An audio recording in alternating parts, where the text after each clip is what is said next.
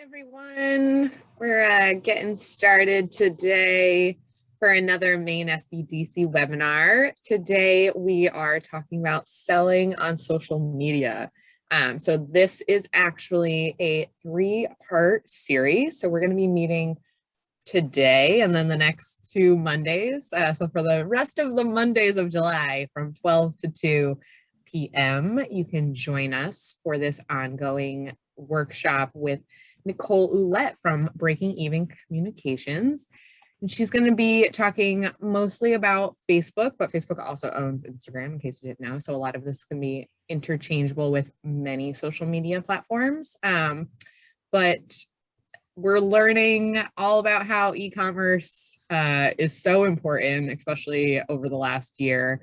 And so we did do a session, I believe, with Nicole as well about setting up our e-commerce sites. And so this is an extension of that. And so hopefully if you joined any of those sessions in the past, this builds on your knowledge. And if this is your first intro, don't worry, we're here to help. The Maine SBDC is the Small Business Development Centers, and we are here to help small business owners with any questions or concerns or issues or anything you could possibly need. Our business advisors are happy to help with.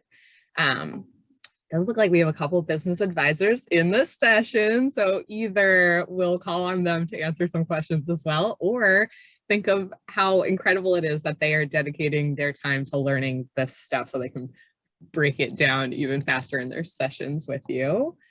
Go ahead and utilize the chat feature to introduce yourself, because we are going to be spending a few weeks together. This is a really great networking opportunity. So let us know who you are, where you're calling in from. If you have a website or you have an e-commerce site set up already, we'd love to know a little bit more about your business.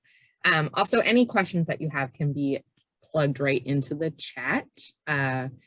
Nicole's pretty good about answering those questions as we move through, but we may hold some of the questions for the end of the session just in case.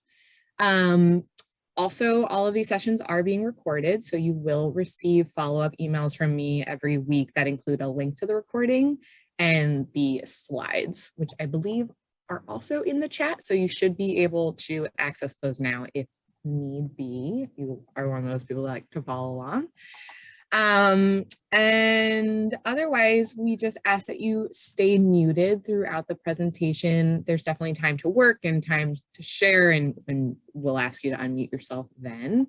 It looks like Nicole just plugged the slides into the chat. So go ahead and open those up if you're someone who likes to follow along. Otherwise, my name is Kelsey. I'm not sure if I mentioned that, but I'm sure you've gotten many emails from me. If you have any questions at all at any point, feel free to respond to any of my emails that you've gotten. They will always end up in the same place. So I am here to help as needed, but otherwise I will now pass it over to Nicole. All right, thanks, Kelsey. I love working with the SBDC and meeting other small business owners. So please introduce yourself in the chat so that the other people attending can support your business. Maybe we could follow each other on social media, that kind of thing. It's really good to get an idea of who's in the room.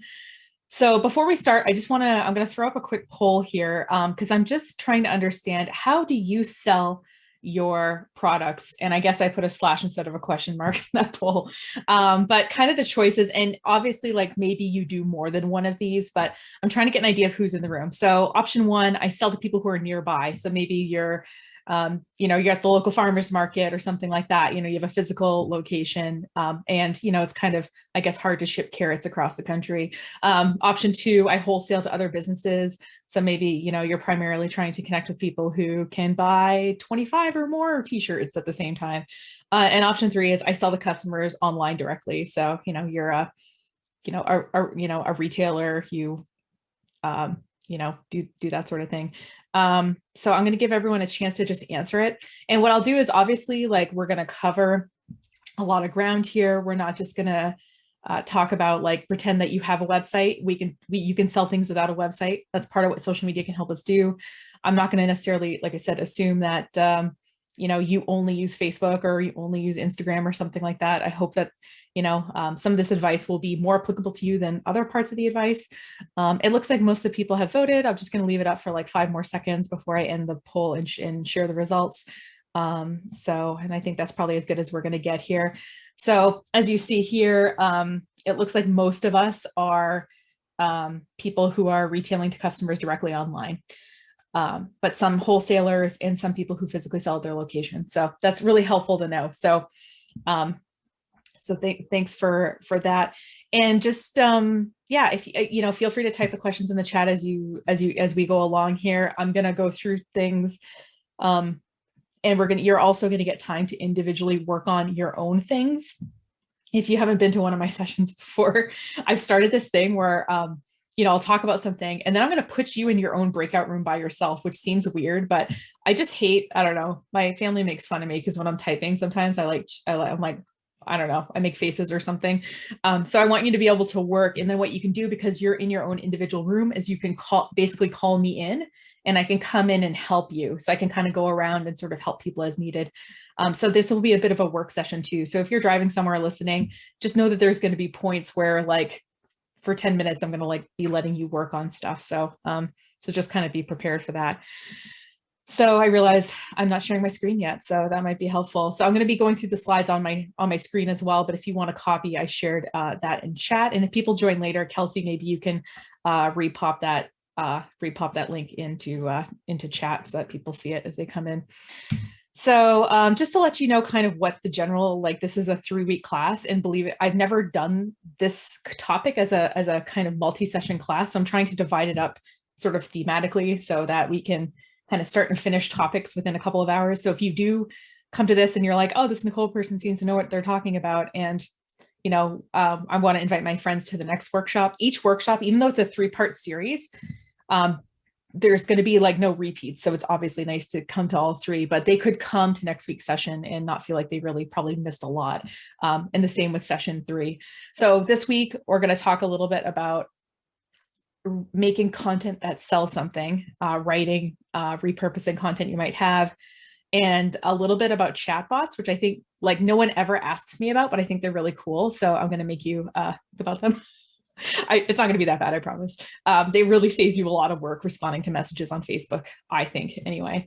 And I know I've gotten at least one customer from my chatbot because I saw them come in and then I saw them pay for something. So I probably should pay more attention to my own stats there to be able to prove that these work well. Week 2, we're going to be talking about the Facebook Business Suite, formerly Facebook Business Manager, and setting that up. But the main 2 components of that are, have you ever seen people tag products on Instagram and wondered, how do they do that? That's what that's about. You basically pull in your product catalog. Now, if you have a lot of products, you can set up a feed so that when you add a new product to your website, it automatically pulls in. You can tag it on Instagram. It will automatically add to your Facebook page. So you can sell on Facebook as well. So we'll talk about kind of setting all that up next week, as well as video marketing. I don't know how nerdy some of you are about marketing stuff, but Instagram made a big announcement last week that they're deprioritizing, they don't see themselves anymore as a photo sharing website, but more as a video sharing website. This is a change that marketers have seen coming for a while, but now it's, now that they have said that, they're going to probably be making changes to show videos more and more to people versus still images. So I want to talk a little bit about setting up kind of videos that sell and kind of the formats that you can use for that. It doesn't have to be a lot of work. And then week 3 is going to be everything that doesn't fit into those 2. I have some little tricks I picked up over the years, and I'm going to kind of put them all together in that session. Also, if you have specific questions or something, that would be, and maybe you have a topic that comes up, and then I kind of add that to week 3 to address further. So, and like I said, it's an interactive workshop. So there's going to be work times. I call it the now you portion.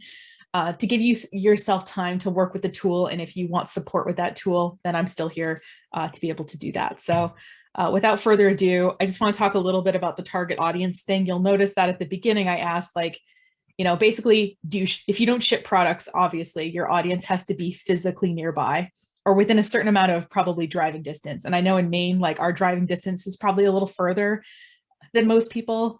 I know I've driven 45 minutes for fresh custard before. So, I will drive for good things, and I think a lot of us will too. So maybe our driving distance is a little further than it would be if we lived somewhere else. But yeah, so obviously your target audience is going to be people who are physically nearby, and there's ways to get at those people with social media. If you sell your products wholesale, obviously you're trying to find businesses that align with, that will sell the kinds of products and services that you want to wholesale. And those businesses are on social media. And, if you sell products online, kind of, you can go at it two ways. One is you can obviously target people looking for your product or service, but also with tools like remarketing pixels, you can actually retarget people who visited your website or taken specific actions on your website too. So, it's definitely something that if you do any kind of advertising, you might want to take advantage of sort of showing an ad to someone who's already been to your site. I know it's creepy, but we call it remarketing. And to me, if big companies can do it, small companies can do it too. Now, just as a personal note, if you are like, oh, I hate being on video when someone talks, feel free to like turn on and off your video at different points as you're comfortable. Just wanted to mention that. I know sometimes when people are talking, I'm like trying to, not make crazy faces. Apparently that's a theme in my life, is that I make faces when I'm thinking. So, where are these target people, right? And we know they're on social media. And I just kind of wanted to go over this so that you're kind of coming at this with a certain frame of mind. Obviously on social media, we could get each site is very specific, or, has a certain vibe when it comes to like a demographic. I kind of think about going on social media sites like you walk into a party and you just get a quick read on like kind of who's there and whether they're your people or not. So certain sites have certain feels to them, and your stuff is going to resonate better on certain ones. And I'll use an example. I've been on YouTube for 14 years. I have hundreds of videos, and I've been producing weekly videos there for over a year. I joined TikTok 4 months ago. On YouTube, I have 62 subscribers, and on TikTok, I have 6,000. So my stuff just did better on TikTok for whatever reason. It's just more of my people, I guess. So just don't think that just because you have a small audience doesn't mean they're not interested. It just means that, I don't know about you, but I'd rather have like a few really good customers than a bunch of people who are just looking at my stuff. So numbers aren't the whole story, but I guess what I'm trying to say is some parties are going to be easier to be at than others for you. And also within most social media sites, there's groups, so LinkedIn has groups, Facebook has groups, and these groups are around specific interests, so you might have a, local food lovers of, Freeport Facebook group. I don't know. I just made that up. I don't know if there is one. If there is, that would be hilarious because I just made it up. But so within these, larger demographics, there's also these groups of people, much smaller groups, who are talking about specific things that you might care about. Obviously, we also have advertising. I'm not going to go very heavy on ads with this particular session. I did a Facebook, Instagram advertising session with the SBDC a few weeks ago, which is recorded and on their site. Kelsey can probably confirm that and maybe pop the links in the chat or show you where you can find it generally. And I go through exactly kind of how to set up the advertising engine of that. But, all of these platforms offer advertising. Obviously, right? They need to make their money somehow. And most of them, that's how they make their money, is selling small businesses like you and I advertising. Also, social media is great for distributing free stuff you might have. So in the marketing industry, we call it a lead magnet. So if I make, say, a free ebook about day trips near Bar Harbor, so obviously someone who was coming to Bar Harbor would download that book, and maybe they would come use my co-working space, right? So I can't really sell my co-working space to people who are not physically in Bar Harbor. They have to kind of, I guess they could buy a membership and just never come in, but that seems weird. So, what we want to do maybe is create something that attracts our potential customers. And I put the example of, if I wrote an ebook about how to set up your business contracts, in the state of Maine, and I had a Maine law firm, people who would put their email address to download that book would be my potential customers. Unless, I don't know, maybe really nerdy 10-year-olds want to download free ebooks about how to set up business contracts. I don't know. But most of the time, if you have some free thing you want to distribute, social media is a great place to do that, because people love free stuff, and, no one's going to get mad at you for giving something away. They might be mad at you if you join a Facebook group and you try to sell but if you're like, oh, hey, here's this new course I have, it's free. Click here to sign up. No one's going to really be mad about that because it's free. And then, obviously you can connect your social media to your website. I mentioned the remarketing pixel thing. So Google, which owns YouTube, has remarketing pixels. Facebook/Instagram has remarketing pixels. TikTok has remarketing pixels. And I believe Pinterest has remarketing pixels. They all have this thing where you put a snippet of code on your website. So I go on your website, I'm looking around, and then I leave, and then I'm on Facebook later on. And you could show me an ad because I've already been to your site. Yeah, so that's a whole thing. And then obviously these sites have marketplaces too, where you can sell your products directly on that website. And even if you can't sell them directly on that website, a lot of them have ways for you to send payment on the website. So money is being exchanged even very directly on these sites, not even just sending people to your website to make the purchase, but also people are, hanging out on Facebook Marketplace. I don't know how people can do, by the way, like if you are the kind of person who like finds deals and stuff on there, the back and forth, the having to search for stuff, but yeah, some people really love it. So those are kind of the different ways that we can sort of sell things on social media. I'm also going to acknowledge I'm a marketing person and I don't do it all. So I certainly don't expect you as a business owner who has other things to do it all when it comes to marketing. What I would do is say, pick, 1 to 3 websites that you want to be on in a real way. If you're kind of a relatively low tech person and even attending this workshop is like kind of moderately annoying to you, maybe just pick one. It's cool. Maybe you're like, I just want to be on Facebook. That's fine.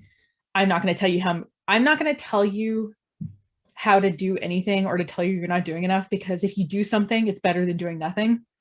And it would really annoy me if someone was like, well, you have to come to the gym for an hour a day. I'd be like, no, I don't want to.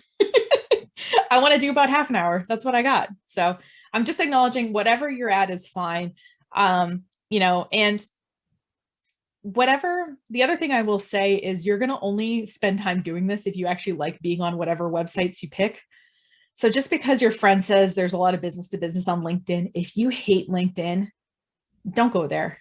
It's fine. Like I was trying to think, so Instagram's a lot of consumer brands. So I was thinking, so I just looked up an article and it's like, oh, you can totally use Instagram to sell business to business, and here's some companies who are doing it well. I'm like, okay. So like my conventional wisdom would be to tell you, oh, you're business to business. Yeah, maybe not Instagram, but if you love Instagram, there are people who are doing business with other businesses on Instagram. So don't let any like marketing person, myself or otherwise, like tell you that, the site that you enjoy being on is not the right place for you and your customers, because you have to enjoy doing it if you're going to keep up with it. So I would pick 1 or 2 of these. I like to spread out my risk. I don't like to put all my eggs in one basket, especially if it's Facebook. But if that's all the bandwidth you've got, that's totally cool. Because social media, right? It's a place to build your community, right? You're meeting people, you're talking with people. And as we saw with the pandemic, it's a lot less work to do that online than it is to try to do it in real life. At least I find anyway.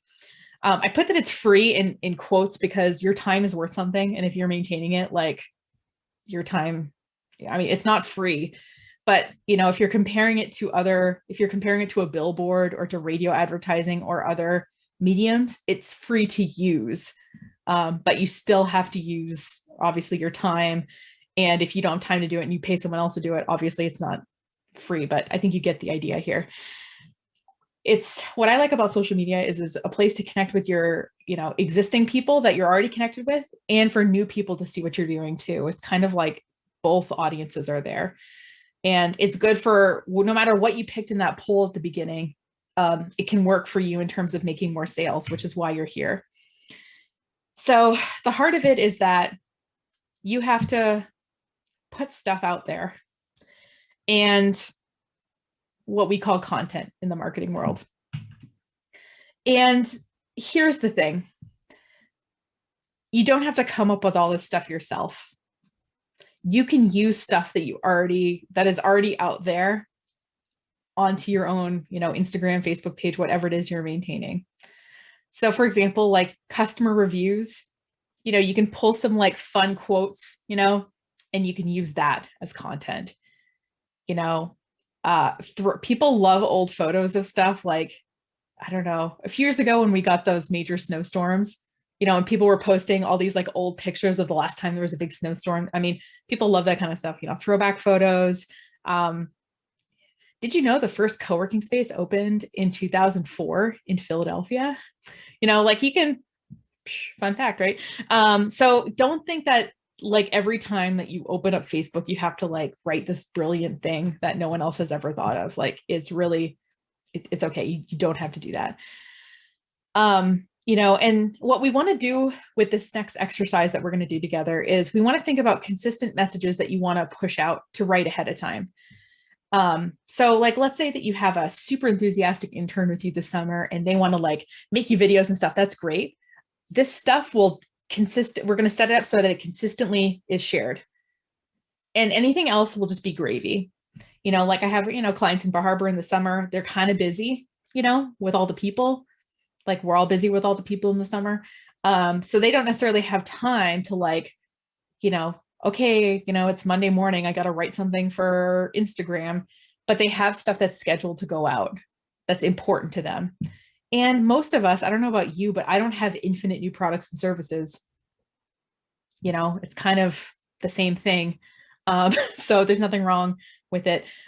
You can reshare in particular on Facebook, and I'll tell you why, which you probably have noticed if you've used Facebook for any length of time.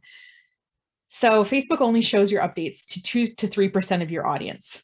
When you write an update, let's say you have 100 people who like your page, you put an update out, it's going to show it to 2 to 3 people organically. And based on how those 2 people react, it's going to decide to show it to more people or to not show it to more people. So it's the reason, of course, what do they want you to do? They want you to buy advertising, right? They want you to buy advertising so more people see it. But the other way around that is to just take that update and put it later on in the month at a different time. And someone else is going to see it. Is it going to show it to the same 2 to 3 people? No. And are they going to remember even if they've seen it before? I'm going to say no. Now, I wouldn't repeat on every social platform, but Facebook in particular is notorious for being really bad at organic reach. And I don't mind resharing stuff there at all. And then in terms of stuff that's more time consuming, like taking photos, you can batch those.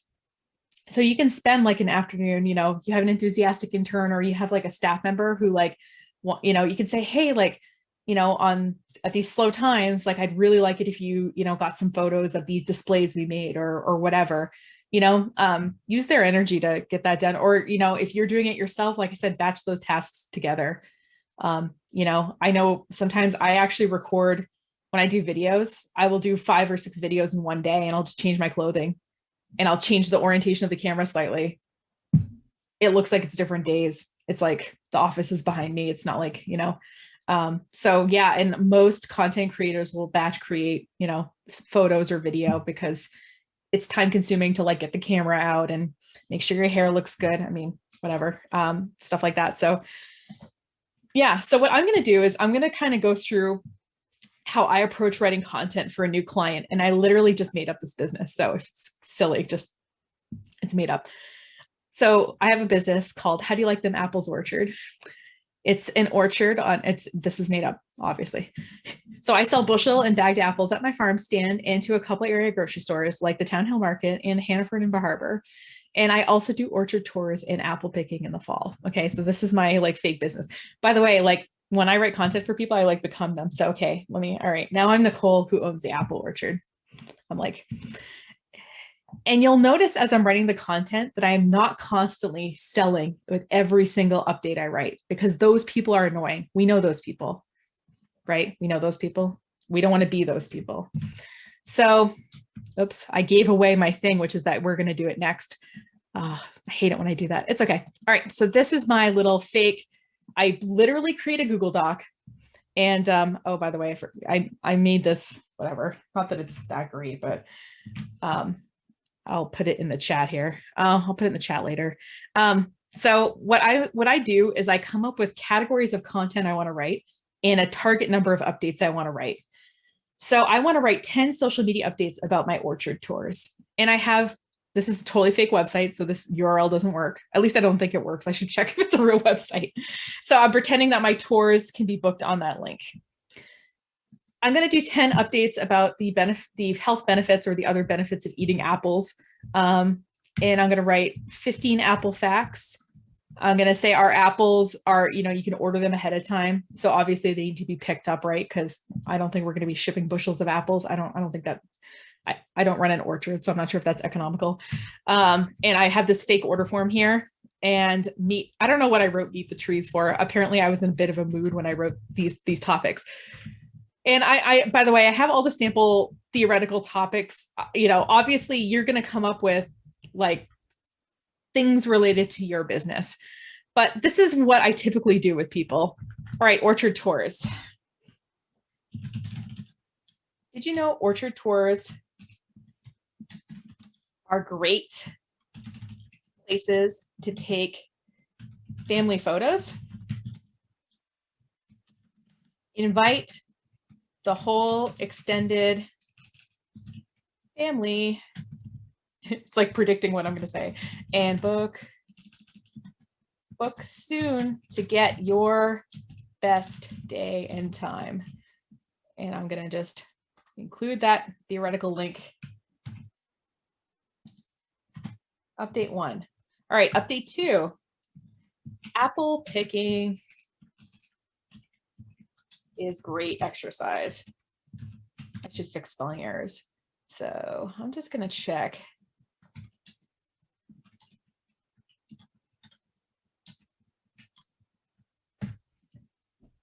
How many calories does apple picking burn? I don't know. All right, I'll trust Pop Sugar Fitness for this. Oh my God. Okay. Oh, it's like a quiz. Oh, I don't want a quiz. I want it to just tell me the answer. Oh my God, just tell me the answer. Okay. Calories burned for the average male weighing 190 pounds is 150 calories in 30 minutes of apple picking. All right, so let's go back to my thing.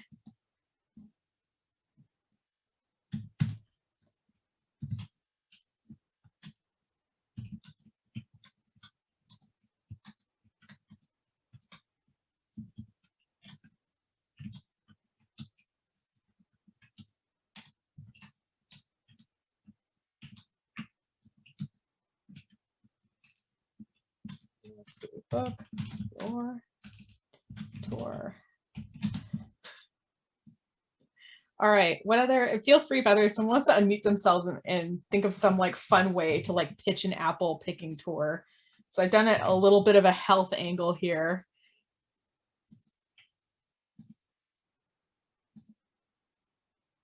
Anyone? Should I keep going? I'll do one more. I promise I will not make you guys watch me write the whole time, but I just want to show you kind of like, you kind of get in the mind frame, and then like when the ideas start coming to you, they kind of start coming. I don't know. Does anybody have a, why else would I want to go on an Apple tour?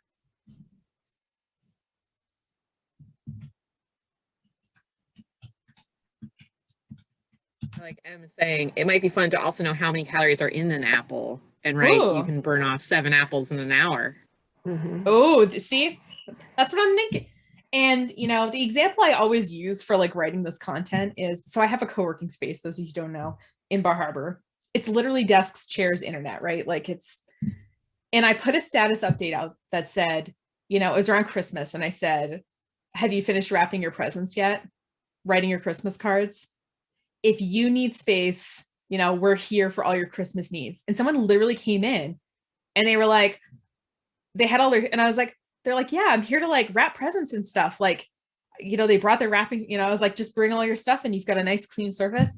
Someone literally saw that and came in because they saw, and it's like, it's a desk and a chair. Like, of course, right? Of course you could do that. You could do whatever you want pretty much on that, within reason on that desk. But I had to frame it in such a way that they could see themselves there. And as the business owner, you're kind of doing that creative thinking for them.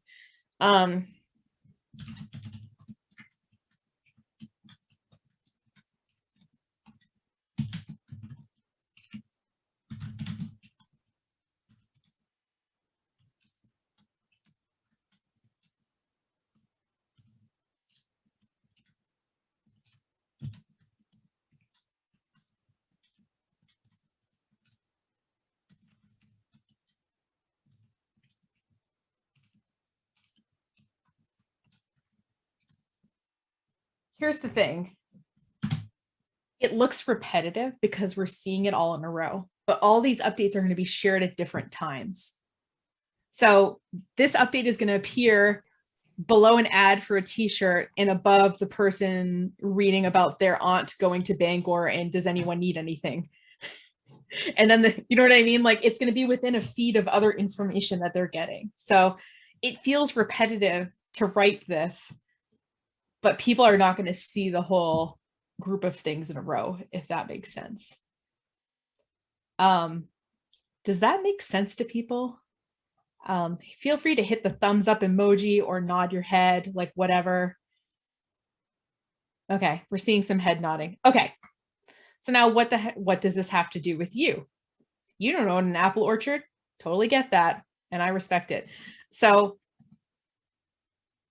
what I want to give you time to do is basically create this kind of document for yourself, and 10 minutes might not be enough time to write anything, but even if you thought about categories of content you want to share and aiming for a certain number of updates, basically I like to why 10? Like 10 felt like a little bit of a push. I felt like I could come up with 5 pretty easy, but 10 might be like a little bit like of my creative, not limit, but so just think of like how many you could think you'd come up with, add a couple more. And the thing is, everything you write is not going to be brilliant, myself included. So you might write 10 and then look at your first 2 and be like, oh, I can come up with something better than this. I'm kind of warmed up. So what we want to do is, like I said, make your own category, make your own document and kind of think of categories of content you want to share. So stuff that is just kind of general, sort of fun information, and stuff that like sells. And it's just a couple of sentences. It's not anything too crazy. And like I said, if you have time to write 3 social media updates that you can use later, feel free. Because like I said, it's just it's 10 minutes of time and nothing too insane. Does anybody have any questions about this before I send? So this is what's going to happen. Because like I said, if you haven't hung out here before, I'm going to put you in your own breakout room. I know that sounds weird, but hold on. I'm having a moment here. There we go. It seems weird, but like I said, this way, if you have a question to ask and you don't want everyone listening to you or whatever, people can totally do that. So I'm just there we go, 1 per room. So you're gonna go in your own room to write stuff. If you need help or like want like some ideas or something like that, you can just example up while we're in breakouts. I cannot leave the example up while we're in breakouts, but I'll do you one better, and I will share the link to my example document in the chat so that you can get at it. I made it visible before this workshop, just for this very reason. Like I said, so the link to it is there. You'll be able to see that chat when you're in the breakout room, but you won't be able to, like I said, if you need me, just call me in and I can totally, like I said, help you think of ideas or stuff like that. But think about selling your stuff because, like I said, people want to buy things from you. So, you're just helping them think about your products and services in a way that serves them. And some people might see that update and I might be like, oh, I don't have any grandparents anymore. That doesn't really resonate with me. But like, oh, family pictures at the orchard. Oh, that sounds like a great idea. And we can have a tour while we're there. So certain things are going to resonate with certain people. Not everything you do is going to resonate with everybody. So you're going to be in your own breakout room for 10 minutes, and then I'm going to pull you back in. You can hit the request help button once you're in there, and I can head over to you. So I will see you guys in 10 minutes. Good luck with your content. You got this. The thing is, what I find with writing content is sometimes you're in the mood to do it and it just comes out, and other times it's like pulling teeth. So if it felt like pulling teeth just now, sometimes trying it at a different point can be better. So what you want to do is you want to give people snippets of information. I know this workshop is the opposite of what you want to do in terms of, I'm not saying that, but if I were to just sit here and you just if you were on my Facebook page and I was just verbal diarrheaing at you, you'd be like, whoa, like that's a lot of information at the same time. You want to give people little snippets of something and make them curious, teach them something, make them curious about it. Tell them that you have something for sale. Because I'll tell you what, I know that you think people already know that you have the thing for sale. I have been Facebook friends with someone for 8 years, okay? And the other day he said, oh, I didn't know you had a co-working space. how can you not know I feel like I talk about it all the time, but somehow this guy who I've been friends with for 8 years didn't know I had a co-working space. So I know it feels silly to say the thing that you think everyone already knows, but oh my God, this picture cracks me up. In the upper right corner, so this person took this like artistic selfie, but in the upper right corner, there's an item of dog poop there. So like the text below, it says, "I love this picture, but I have to ask, is that a piece of poo at 1 o'clock?" And then the woman's like, "Oh my God." So that picture cracks me up every time. So I like to share it sometimes. But so, so basically you write out these ideas, right? And now you have an idea of like, oh, I could probably come up with some images, maybe not this image, but I could come up with some images that would go with these things, right? But you have to almost have the idea first before you, I think, take the picture or make the images. So, photos go great with updates, makes it more visible. It makes it more, interesting. And I just put a couple of tips for photography from, the 2 years I worked at a newspaper, which is, this idea that if sometimes putting something a little bit off center or taking it at a different angle, low or high, makes it a little bit more interesting. And, lighting, if you have lighting, like I have a window in front of me, lighting to the front or side is best, most flattering. And watch out for the background, telephone poles coming out of people's heads. There was one, it was a school board meeting, but they had these Got Milk posters. And so it was like there was this person in a bright red dress on a milk poster in the background. And I was like, oh my God, if they would have just moved over to get the picture of the person speaking, I wouldn't be distracted by the milk poster. But, making little adjustments, to make the image look nice is great. And basically, when you make an image, depending on what social media site you're sharing it to, you're going to make it a certain aspect ratio. So if you're sharing it on Instagram stories, it has to be sort of whatever it's called, 16:9 orientation. It's basically like cell phone orientation. If it's on Instagram, it's going to be a square. If it's going to be a YouTube thumbnail or a Facebook video, it's going to be what we call a 4:3 aspect ratio, like a rectangle. But yeah, depending on like what you're using it for will be depending on the size. And using a tool like Canva to kind of take something and make it a little bit more interesting will be a way to make it stand out. And if you don't like photos, there's lots of different image types, but I'll just show you an example. So here's a really stupid photo that I did. I did a workshop last year where I started a fig online business, and my fig product was the Potato Pandemic Cookbook. So I literally like staged a series of photos. So I literally took this photo in this room. So it was this background and I had the photos and I was like, the potatoes, and I did that. So I took that stock photo of potatoes. I took the picture of myself, got rid of the background and put it on top. And see, this stands out a lot more, right? I could have just used a stock photo of potatoes, but like this makes it look like either I somewhat know what I'm doing or like it kind of is like, listen, I'm not saying it's beautiful. I'm just saying it's like memorable. We can at least say that, right? And what they found is that, 56% of a brand's sales lift can be from high quality creative.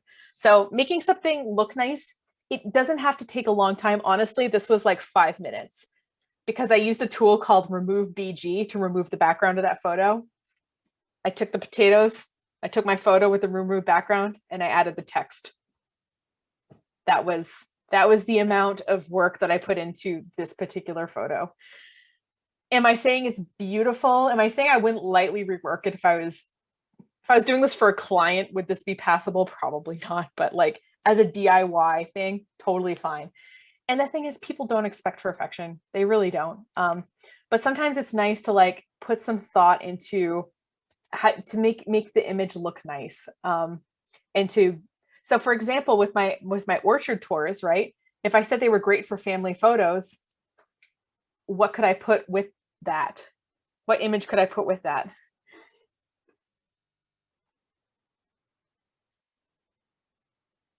Anyone?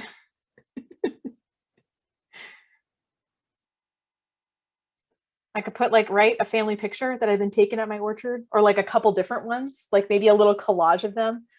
What I find too is that, let's say that someone, like you might have a client who like posts these pictures and they're beautiful, you know, they like took a nice family photo at your orchard, and you could ask them, hey, that photo is beautiful, do you mind if I use it on my social media? 9 times out of 10 they're going to say yes, but please ask first, right? Like, don't just take people's pictures. But most people do not mind at all. I have a client that does mail order lobster, and people will totally email them pictures of like, oh, here's, you know, my grandmother's 80th birthday, we ordered lobsters. And we always ask, hey, can we use this on the social media? Oh yeah, no problem.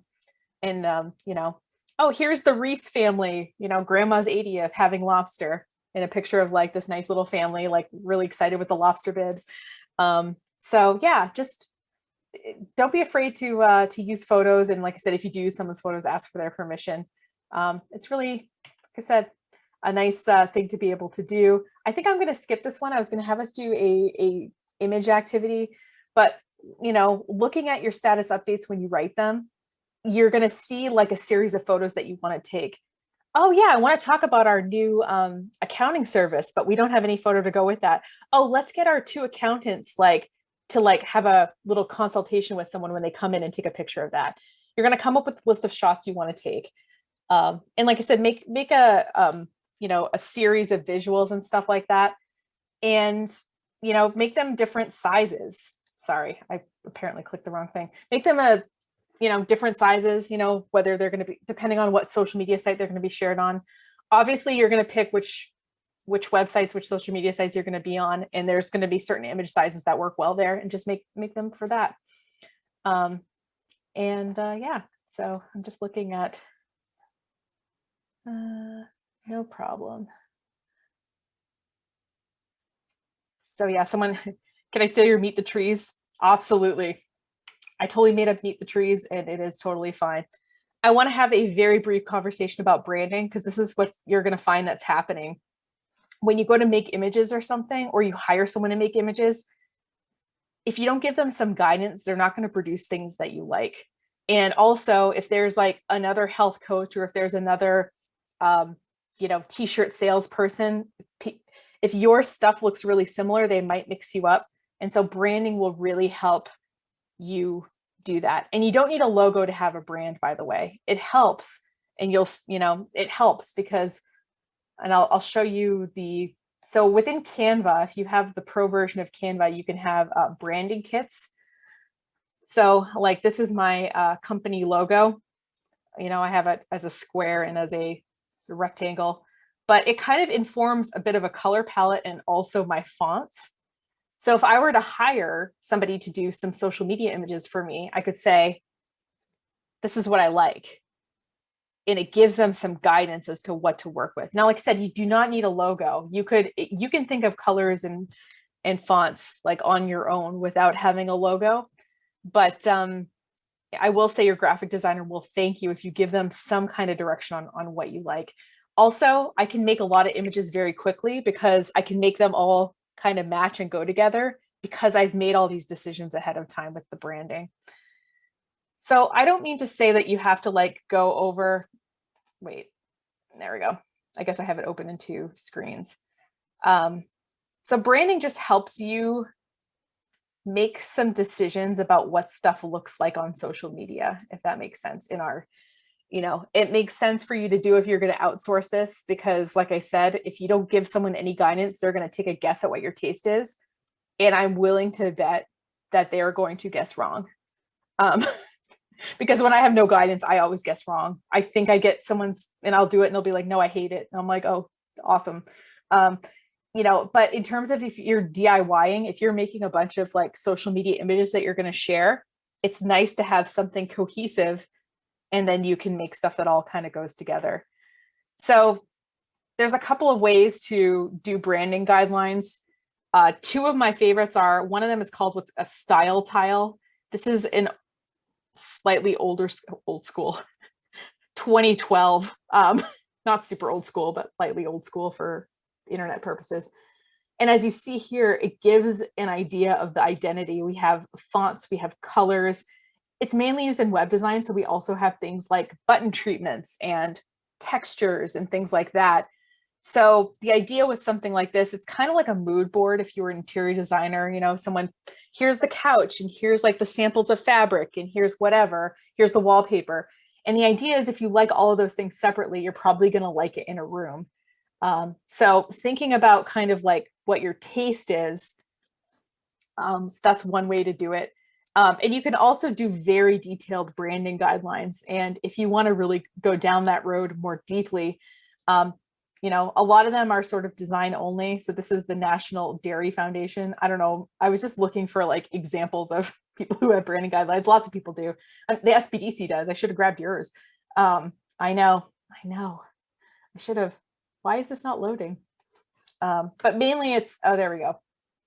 I didn't wait long enough. So, you know, so this is like, you know, this is our text. These are the colors. These are our goals. This is how our logos look. And if this logo doesn't work, you can use this other logo because one's a square and one's a rectangle. You know, here are color palettes. So as you see, it's basically like that style tile, but it's a little bit with some narrative, right? To kind of give a little bit of background as to why these choices were made. The most detailed branding guidelines I've ever seen, though, are the Sotheby's International Realty ones. They are 96 pages. Everything from what can be in a photo. You'll notice if you look, by the way, at their websites, there's no trash cans in any pictures. That's part of their branding. You have to take the trash cans out when you take pictures of rooms. There's acceptable domain names for Sotheby's websites and unacceptable domain names. There's acceptable profile pictures for social media. They've really gone into it. So if you enjoy very detail-oriented guidelines, you can check those out. But point being is if at the very least you've thought through like, you know, what your taste is sort of looks wise, it will be so much easier to make anything going forward for social media. And when someone sees it, if someone's on, I don't know, if someone's on Instagram and they see the picture of your glasses, you know, your drinking glasses, if it looks like it came, they'll start recognizing you online without, you know, having to physically go to your online store. They'll be like, oh yeah, those are the drinking glass people, you know, oh, it always has the blue background, or, you know, they're always like, they always have a cheeky quote with their drinking glasses or something, you know, it just makes you recognizable to have a bit of a brand. And I don't want to do a whole branding workshop or anything. I just want you to have that in the back of your mind because it just really makes things selling easier on social media. And as you produce more things, people will start seeing that that's you doing it. So in our theoretical universe, we've talked about writing content. We've talked about making images that go with the content you've written. Now let's talk about putting it all together. I personally love this tool. I think it's great. And I'm going to set up a brand new version of it. It's called recurpost.com. What I like about this particular social media scheduling software is you can create categories of content. So just like we did in that document, right, where I did the farm tour, I did the orchard tours and the whatever, I can make a category of content, put those updates in, and I can say, okay, take something from this category and share it to my Facebook page on Monday mornings, something like that. So it just makes things really easy to do. So this is free, by the way.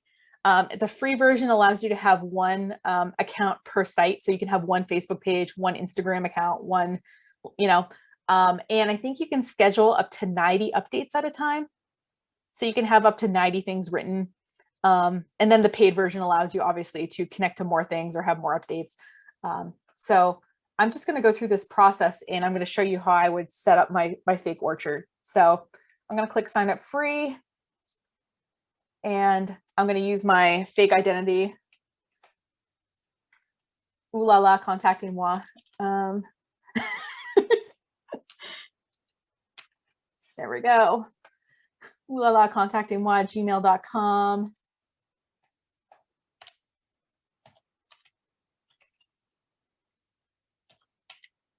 Come up with a password, agree to the terms of use, and create an account. Oh, I've already used this one. Hold on. I got to use a different one. I like to go through the whole process with people, so I've probably done this in a couple of workshops. Let's try this. There we go. So I have to confirm my email. So let me go ahead and do that off screen here. So like I said, you know, the free versus the paid version, what you'll probably, if you end up using it a lot, probably you won't mind paying for software, but I like to start off with free. Now, I'm going to tell you a little story while I confirm this, and there we go. Lovely. Oh, come on. Oh, it's making, there we go. I think if I refresh, it'll do it. So one of my friends owns a coffee shop, and she was not really sure. Come on.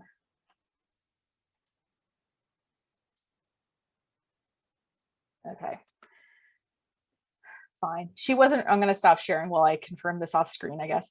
So she wasn't really sure about the whole, I don't want to share multiple things on my Facebook page at a time thing. And so what I told her was like, listen, let's just do it for a month. We did, we shared to her Facebook page 3 times a day. Before, she was sharing like twice a week. She thought like she didn't want to bug people. And I was trying to tell her that people basically are not seeing your stuff because of Facebook's algorithm. So we can share up to 3, we can share 3 times a day. I won't annoy people. And she's like, well, I don't know. And I said, let's just try for a month. If it doesn't work, I will refund your money and we'll turn it all off. And so she said, well, that sounds good. And so we did that. You know, within the month, she was like, holy cow, people have been coming in. They saw our updates. She's like, I didn't think this would work. I'm sorry I doubted you. But I guess what I'm saying is if you feel a little reticent because it feels like you're bothering people, they don't see your stuff like at all. Oh, come on. There we go. I think not now. All right. I was going to do this whole thing like in person. I might just, there we go. Come on. So anyway, so what we want to do is we want to take our things from our categories and we want to put them into this software. So once we're logged in, which I'm doing right now, hopefully, we are going to make our categories of stuff, our orchard tours, meet the trees. I'm glad someone liked that. That was just from my brain. Mike has a question. So let's do that. Thank you, Mike, for asking a question and making this slightly less awkward. Yeah. Hi. So when you're sharing on Facebook, does it matter how you share it? Because usually when you share something, you got a bunch of categories, right? Share to a group or share it with a friend. Oh, no, you can, you're going to put these updates are going to go to your Facebook page. Now, does your business have a Facebook page or a Facebook group? I'm not even sure. Oh, okay. When you go to it, does it say join or does it say like? So I don't even know that. That's okay. No problem. Hey, yeah. I'm not, no judgment here. I think we just started doing this. Yeah. And I'm not running it, but yeah. Well, no, that's totally fine. So like I said, if it was me, what I would do is I would, come on. I was thinking when I see something I like, if I'm going to share it, it gives me some choices when I go to share. Yeah. You want to share it with friends or share it to a group or whatever. Yeah, it's I think you want to share to whatever your page is. All right, I just logged in as a client because I am just done with myself here. So this is Recur Post when you're logged in. And what I can do is I can add a social media account. So I would connect to a Facebook page or a Facebook group, right? Or a LinkedIn or what, you know, so I would just go through the steps. Obviously I need my password and I could go through and add them. But then what I can do is I can make, so I have my little libraries of content here. And this is an alpaca farmer. So, so I have alpacas available for breeding, but if I can add a new library that says, you know, so this is my category orchard tours. And so currently orchard tours has no updates in it. Oh, come on. Oh, it's alphabetical. So I'm going to add some content. I'm going to add a, so I'm going to go to my little sheet. Where's my orchard tours? Right here. And I'm going to grab this update I wrote. And I can schedule it in here. I can add a picture. Oh, right. It doesn't exist because it's not a real website, just in case you're wondering. And I'm going to add a little image. something on my computer here might be an image worthy item here. Probably something on my desktop that's imagey. Oh, here's a screenshot. There we go. Here's a picture I've added from my desktop, and I can click add to library. So now that is a little update in the Orchard Tours, and I can add another one. I'm gonna click, oh, come on. So funny, one of my friends said they like redid this interface that then they like it. So I'm gonna add another one.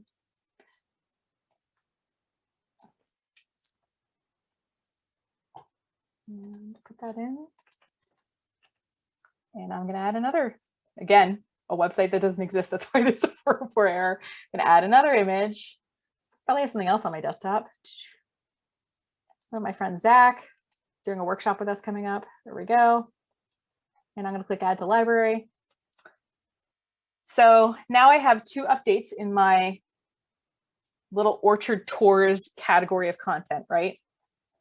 Now you might ask yourself, how do I actually get that on my page, right? It's in the software. How does it go on my Facebook page or whatever? And so what I'm going to do is I'm going to go in my scheduler. Oh, oops, my schedule. Hold on. I clicked on the wrong thing. Full disclosure. I use software that's a little more expensive than this. So I'm going to click add a schedule, and I'm going to say, okay, on my LinkedIn page and my Facebook page on Tuesdays and Thursday mornings, I want to actually auto schedule for the best time. I want to take something from the Orchard Tours. I want it to automatically post to these 2 categories on Tuesdays and Thursdays at the best possible time. I can also, if I want to, I can control exactly what time that is if I wanted to, but I can just say add schedule. So now on Tuesdays and Thursdays, at whatever time the algorithm thinks it's best, it's going to pull something from the Orchard Tours category, of which I only have 2 updates right now, and it's going to post it to my LinkedIn and my Facebook page. So Nicole, what is the best time? Is that based on the algorithm of who's on and who's using? And yeah, no, honestly, like I said, if I knew the best time, and I'm going to just delete these so that the client isn't like, what the hell are you doing on my thing? If I knew the best time to post, I would just tell everyone to do that, and I would fan myself with $1,000 bills on a beach somewhere. But alas, it is not so straightforward. But the idea is, over time, you're going to post stuff and you're going to get an idea of what works best for you, because you're going to try stuff and you're going to be like, oh, wow, like people really seem to like it when I post about this thing, you know, it seems to do well at this time. So I'm going to experiment with that. So like I said, it kind of depends. What I actually like to do, my little trick is that I post stuff at really weird times. So even though everyone's online kind of during the normal workday, I'll post stuff at I'll schedule it for 10:30 at night because no one else is posting anything at the time. Or I'll post it for 5 a.m. That's just my little thing that I like to do. If I want somebody to see it, I'll post it at a really weird time because I figure nothing else is really competing for that space. But because we're reposting things, we don't have to worry about that because we're going to let the algorithm help us figure it out. So I have a quick question. Sure. I've heard that posting from a different platform messes with the algorithm. Is that true, or do you believe that? Or I think it is one. If Facebook lightly prefers that I do things on Facebook versus if it's going to cost me 2 extra hours a week to do that, I'm going to just take the slight algorithmic hit.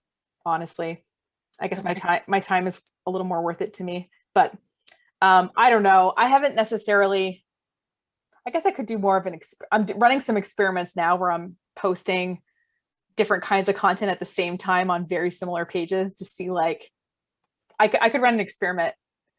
Let me experiment this week because we're going to be meeting for the next 2 more weeks. Let me try some stuff and we can look at the results together. Cool. Because I've always been kind of curious about it too. My thing is, like I said, I enjoy my free time and not bending to Facebook or whatever website every whim. And I'd rather use software to make my life easier. But I understand if that comes at a relatively large cost, I guess I wouldn't do it. But it would be good to actually know that for sure. So that's thanks for asking though. That's a really All right, I'm going to write this down so I don't forget. Schedule in Facebook versus software.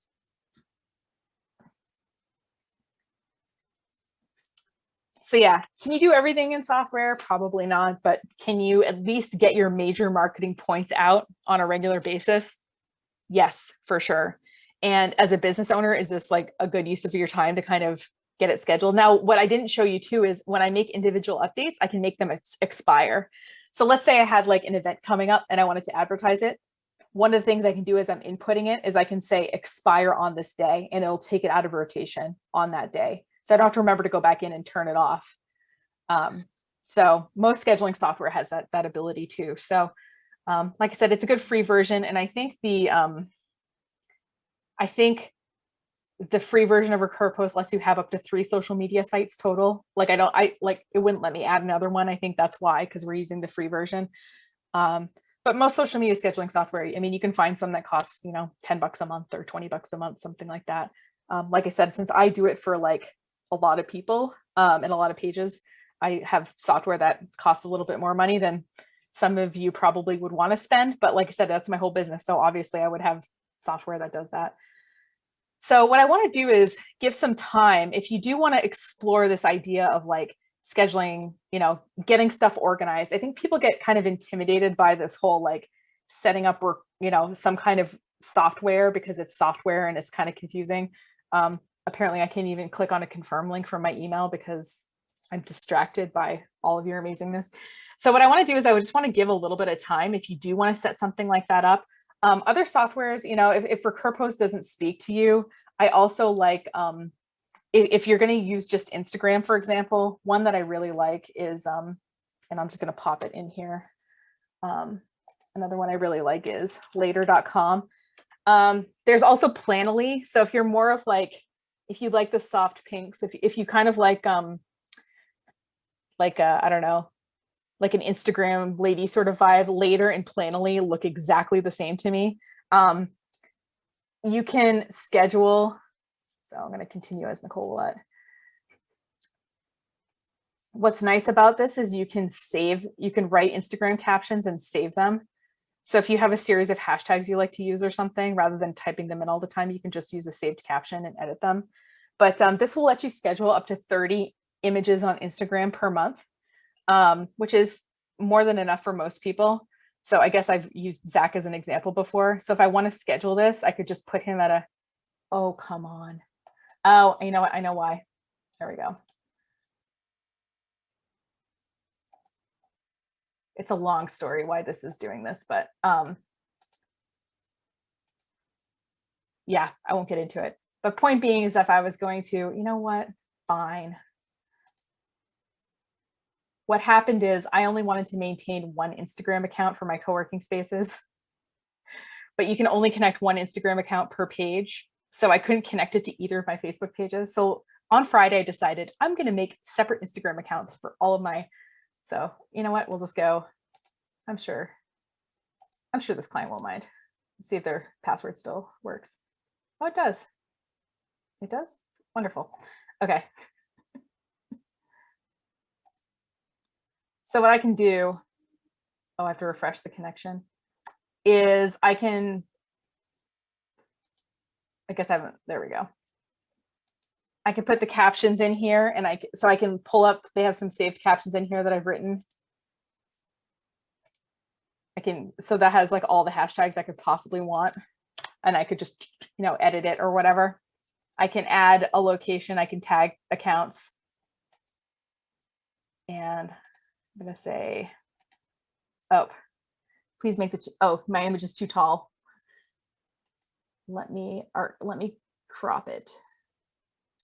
Yeah, let's do a square crop. Yeah, that's fine. There we go. So as you see, the post is scheduled and it's going to go on at 3:05 today, unless I delete it. So let me delete that so that they don't think I'm crazy. But yeah, so this is a good one if you're just using Instagram. I like this one a lot. But also RecurPost also does Instagram too. So it just kind of depends on what your preference is. But what I want you to do is just explore this idea of setting up a social media scheduler. I know it feels like we should all like just be online, like organically interacting with our customers all the time. And we can't. I mean, we will to an extent, but we can't all the time. So what I want you to do is, whether you want to set up a recur post or later, I think people just get intimidated by setting up the software sometimes because they're not quite sure, how to do the technical part of it, but I'm here. So that's why I'd like us to kind of do it together. So you're just going to make a free, like I said, all of these are free accounts. I'm not kind of showing you anything that costs a ton of money. Yeah, sure. Someone asked about Facebook pages versus groups for retail product business. Yes, when I do next week, we're going to get really into Facebook Business Manager, and those things will come out super clearly. So we can totally do that. Someone, is there an app available that has pictures to choose from where you can write the post there? So if you're looking like there's a lot of free stock photo websites out there if you need like some photos to start with. And I guess some people are Pixabay people. I find I'm more of a Pexels person. But there's lots of these like royalty-free stock photos and video websites. But like I said, what I like to do is I like to like lightly personalize them a little bit so that, it's recognizable with me. And it's really funny because what you'll notice once you start seeing what some of these stock photos are, you'll start seeing them other places. So if you want to start with something, the stock photo and video websites, there's tons of royalty-free ones, this one being one of them, Pixabay being one of them. I'm trying to think of what some other ones are, but there's a ton of stuff like that you can work with. But yeah, so sorry I didn't see those in the chat earlier. So what I want us to do is, like I said, if you want to set up some, social media software and get some scheduling done, I'd like us to have some time to do that together. So like I said, Recur Post is good because it does that category thing. But if you want to schedule specific posts at specific times, you can use Planoly or Later. There's lots of them out there, but Recur Post I think is the most robust. And I think most people in this workshop probably want to do stuff with Facebook and Instagram generally. So I think that's a good one to go with.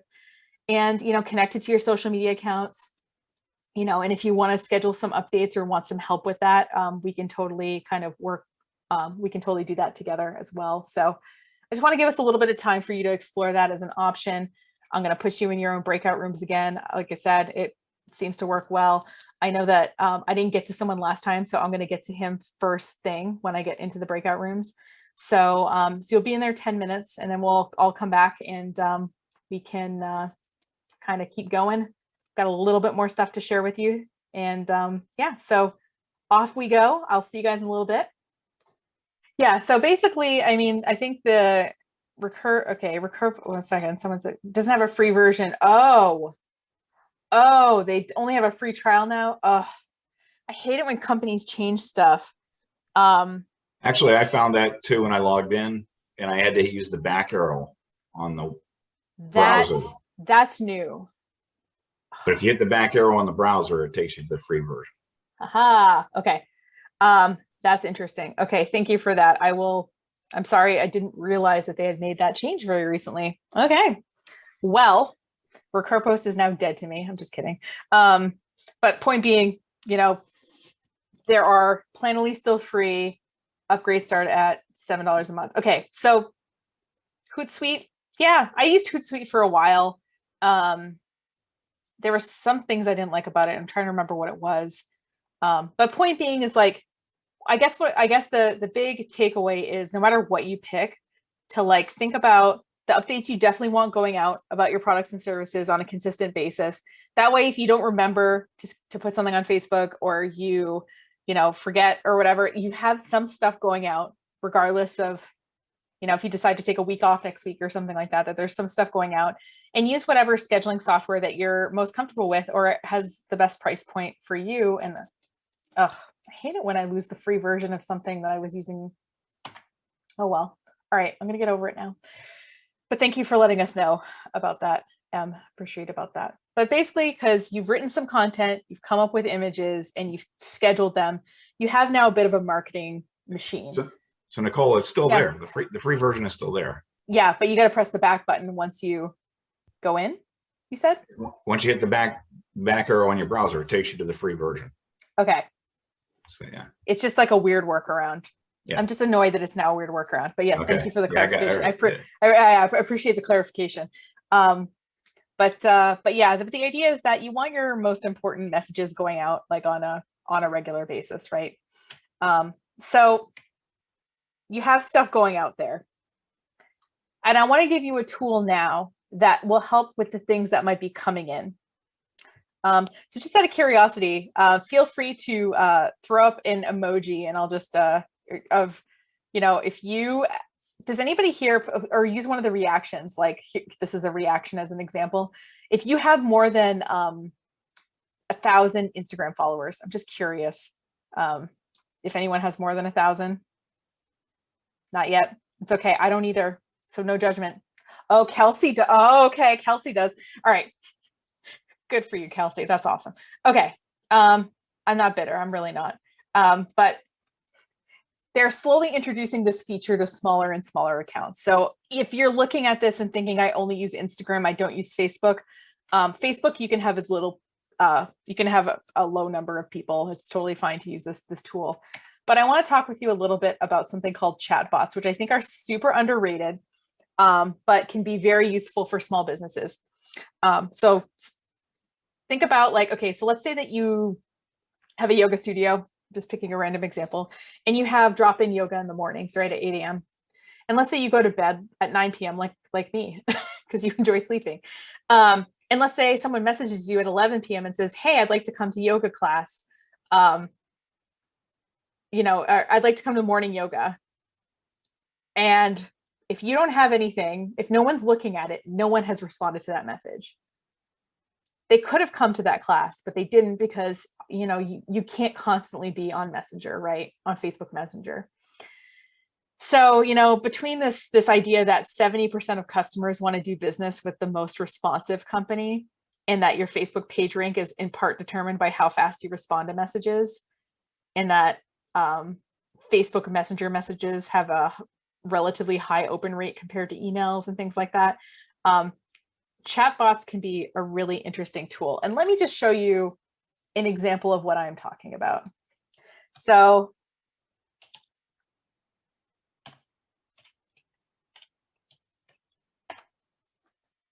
m.me/Anchorspace Bar Harbor. This is my co-working space chatbot, which, since I was presenting on it, I decided I should probably make sure works well as of yesterday.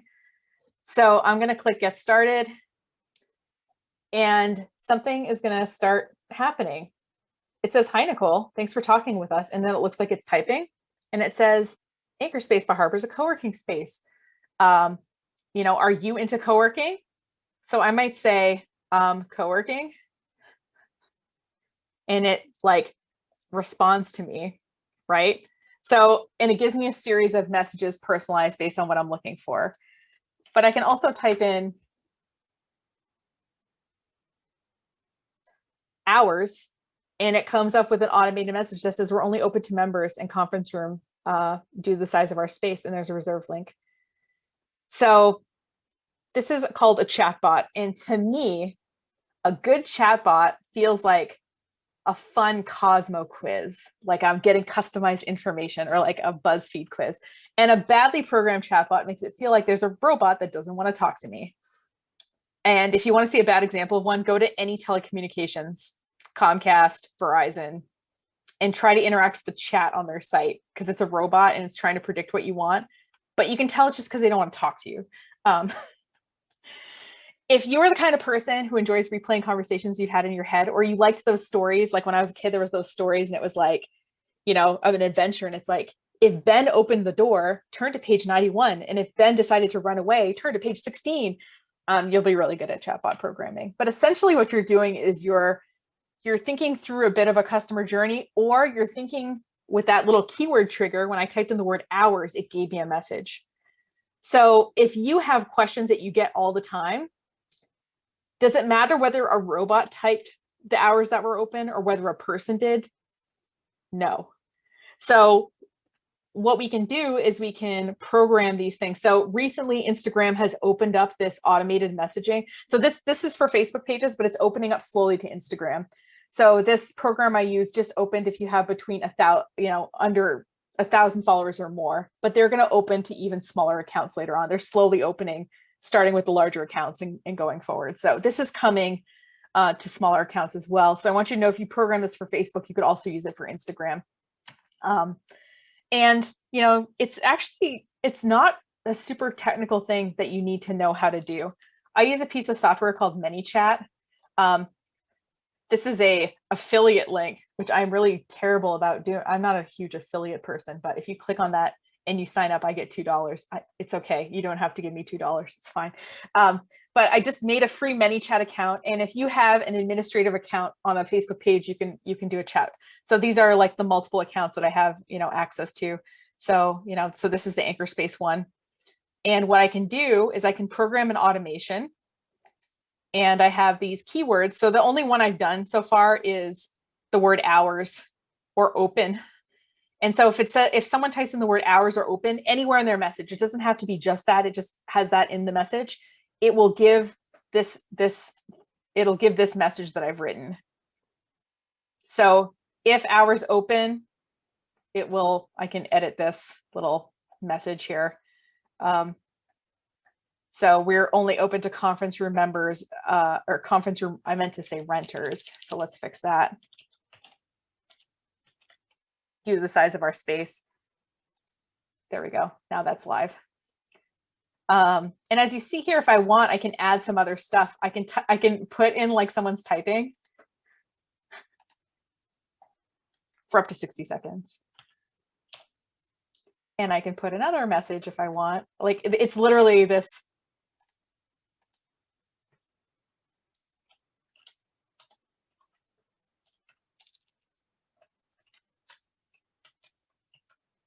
And I can add buttons that go to either a new message or that open a website. So I can send people to our contact form, and I can just put in our contact form link here.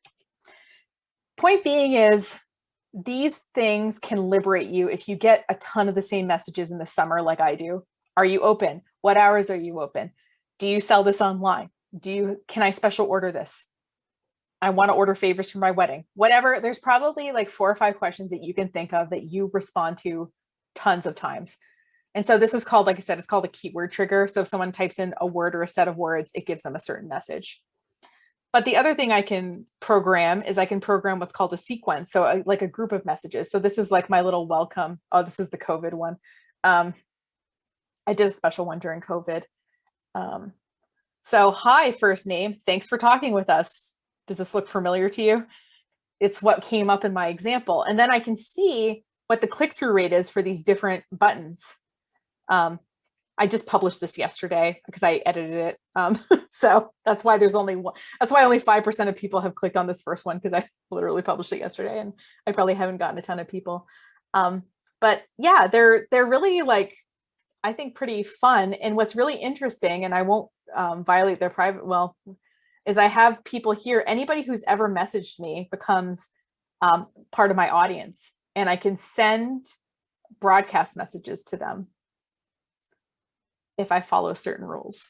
I can't message them all the time, but I mostly like it for auto responding to frequent questions. You can get deeper into this chatbot thing if you want to, but the main thing I wanted to just talk about was the fact that they exist.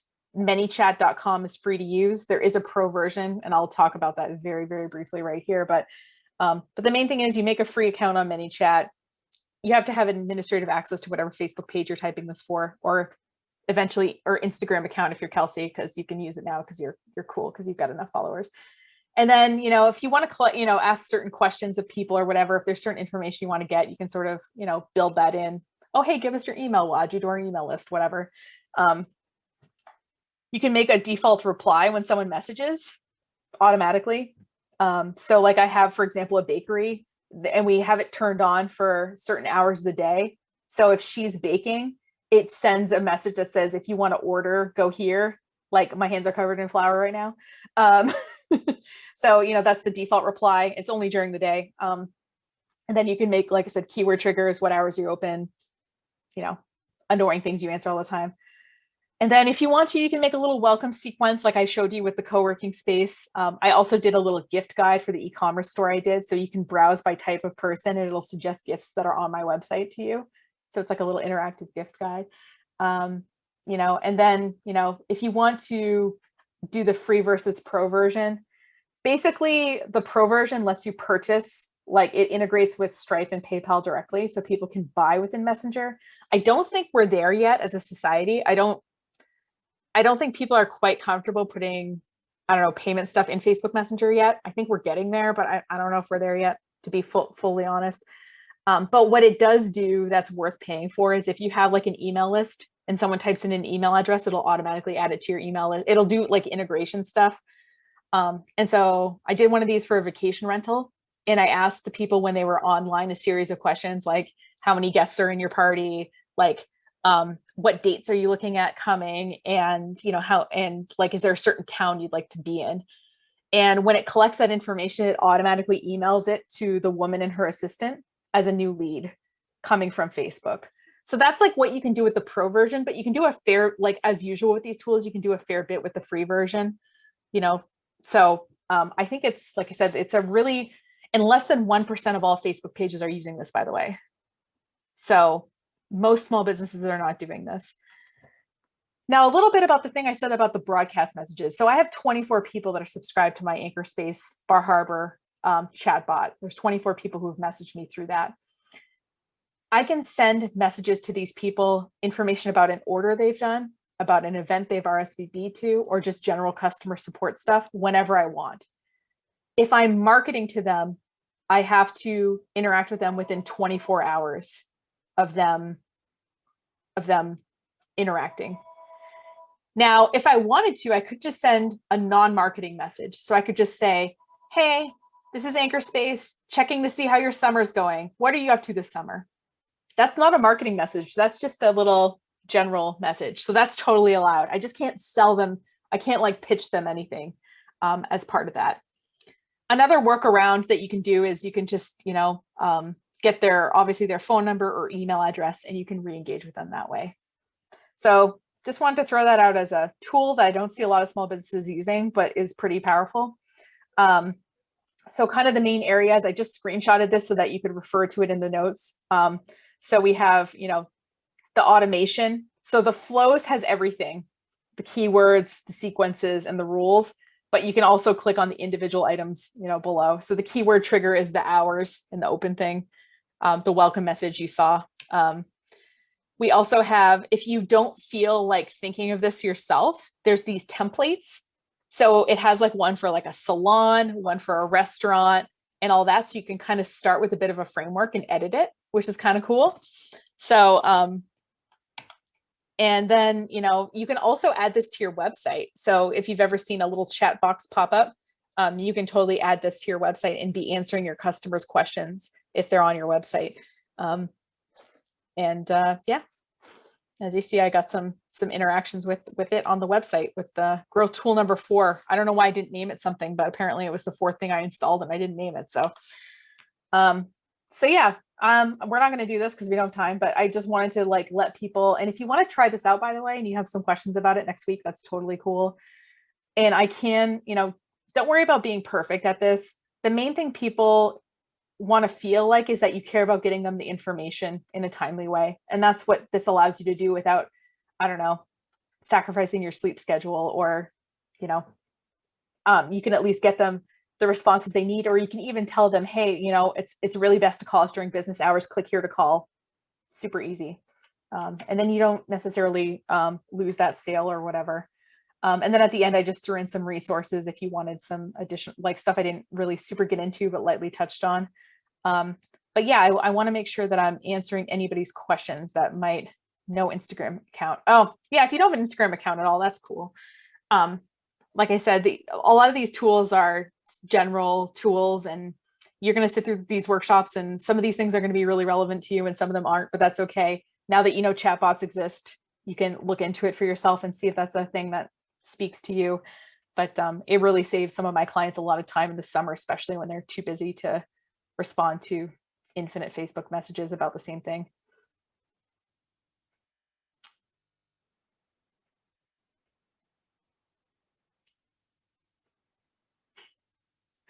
So next week, we're going to get a little bit more into like the digging into Facebook, so we can get into sort of groups versus pages. The tools we're going to use are for kind of pages only. So if you see them and think, oh, I want that, then that kind of answers your question about the page. Yeah, Edward. What do you consider too many posts per day or week? So there's been studies done, and you start losing followers after 11 posts or more a day. So most of us are not in danger of posting too much, because who wants to do that? Not me. And I do this for a living. So yeah, I think most of us aren't in danger of overly annoying people. I think we're under communicating with them. Most of us, myself included.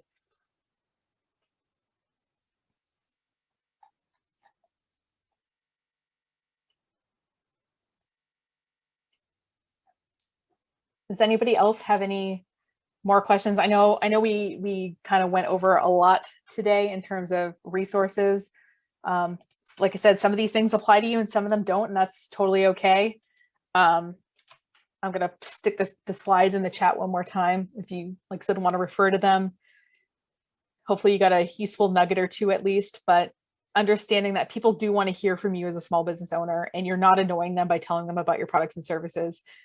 And odds are that if you're only posting a little bit, like they're going to see it are slim to none.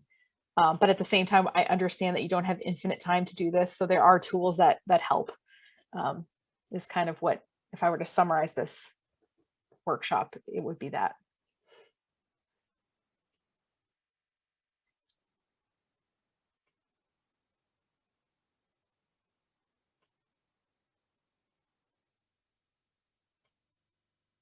All right. Well, that's all I've got. Like I said, feel free to, if you explore this after the workshop and have questions, feel free to bring them next week. It's totally fine. But next week we'll also work independently of this particular week. So we'll be talking about Facebook Business Suite and some other, and importing your online store. It seems like a lot of people do have online stores. If you're more of a products and services, if you're more of a services business, like, health coach or co-working space, there's ways that we can kind of market our stuff with those tools as well. It just works a little differently.